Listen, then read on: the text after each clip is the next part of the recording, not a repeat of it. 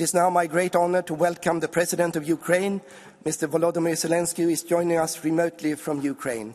Mr. President, the floor is yours. Thanks so much, dear ladies and gentlemen, dear Sweden, Honorable Mr. Speaker, and all the friends, dear Ruslan. I'm glad that the Ukrainian Crimean platform and its parliamentary track continues to work and keeps attention on a simple truth. Every nation and every state must be respected, and the core principle that kept Europe peaceful longer than at any other time in its history must be protected. These principles are clear: respect for human life, no changing borders by force, and no spheres of influence, a polite term used to cover the desire to dominate other nations and wage wars of aggression. This is exactly what the Crimean platform stands for: refusing to accept that launching wars of conquest is normal, and refusing to normalize cruelty toward people and nations.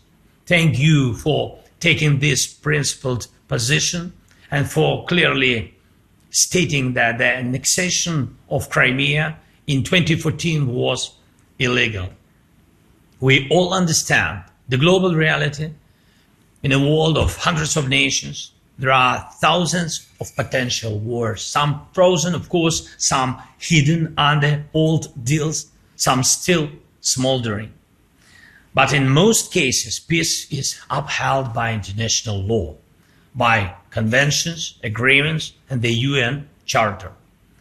If these principles do not work here in Europe, then where will they work?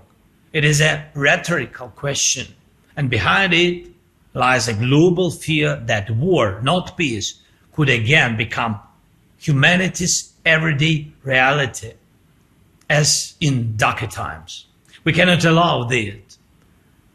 Right now, we are at a critical moment, and we are working closely with the United States, with European partners, with many others to define steps that can end Russia's war against us, against Ukraine, and bring real security. And there is a lot of noise in the media, a lot of political pressure, and even greater responsibility for the decisions ahead. Putin wants legal recognition for what he has stolen, to break the principle of territorial integrity and sovereignty. And that's the main problem. You all understand what that means. He wants it not only from Ukraine, he wants it from the whole world, and it's very dangerous. And I want to stress one more thing. In the steps we have coordinated with the side of the US, we managed to keep extremely sensitive points on the table, including the full release of all Ukrainian prisoners of war under the all for all formula, and civilians, and the complete return of Ukrainian children abducted by Russia.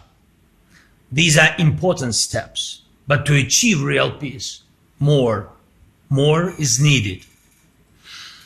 Of course, we all continue working with partners, especially the United States, and look for compromises that strengthen but not weaken us.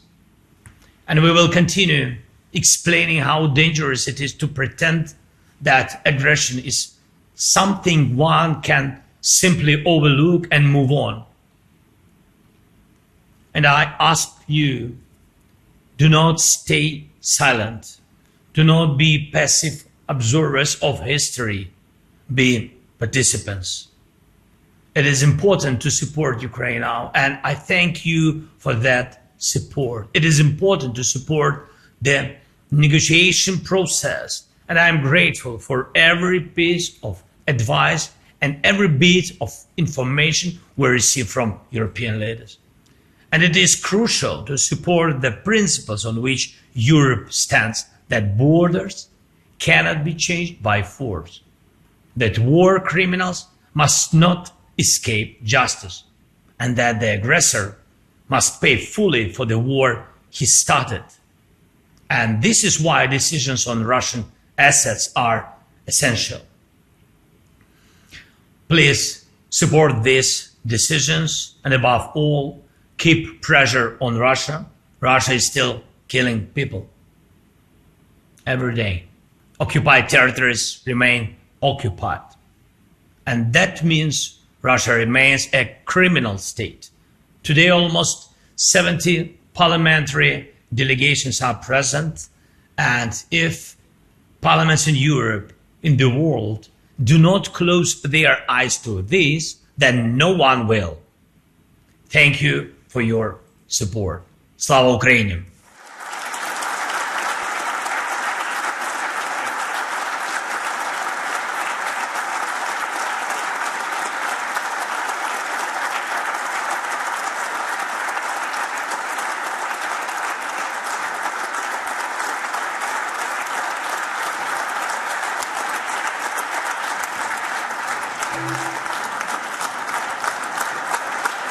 Thank you very much.